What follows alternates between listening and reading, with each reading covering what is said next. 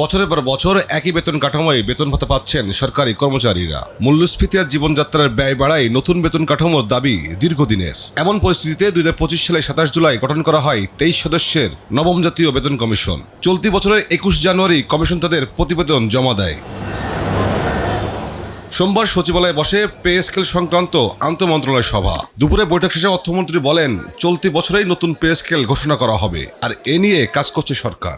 আজকে আমরা আলোচনা হয়েছে, দীর্ঘ আলোচনা হয়েছে, আরো অধিকতর আলোচনার প্রয়োজনীয়তা আছে বিধায় আজকে পরে আমরা আবার বসবো। এবছরের মধ্যে হবে, সবই হবে, কিন্তু এখানে তো অধিকতর আলোচনার বিষয় আছে, তাই না?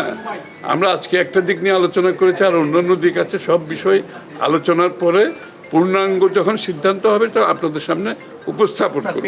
বৈঠকে উপস্থিত স্বরাষ্ট্রমন্ত্রীর কাছে সাংবাদিকদের প্রশ্ন ছিল, দেশে আল কায়দা তৎপরতা নিয়ে জাতিসংঘের নিরাপত্তা পরিষদের উদ্বেগের বিষয়ে সরকারের অবস্থান কি। তিনি বলেন, প্রতিবেদনটি তিনি এখনো পড়েননি।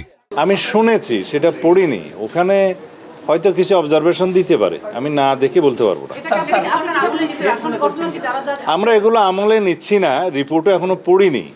তাছাড়া আমি যতটুকু শুনেছি পত্রিকান্তরে, সেটা ওখানে বলা হয়েছে যে তারা একটা এজিউম করেছে আর কি, একটা অনুমান করেছে যে এরকম হতে পারে। তো অনুমান নির্ভর কোনো রিপোর্টের উপর আমরা তো অ্যাকশন করতে পারি।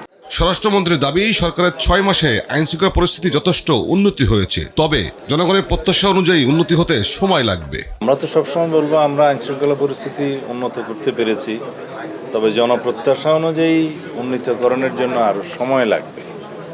আমাদের এখন মাত্র 6 মাস পার হলো, এর মধ্যে আমরা অনেক সংস্কার কাজ করেছি। তৌফিক মাহমুদ মুন্না, দেশ টিভি, ঢাকা।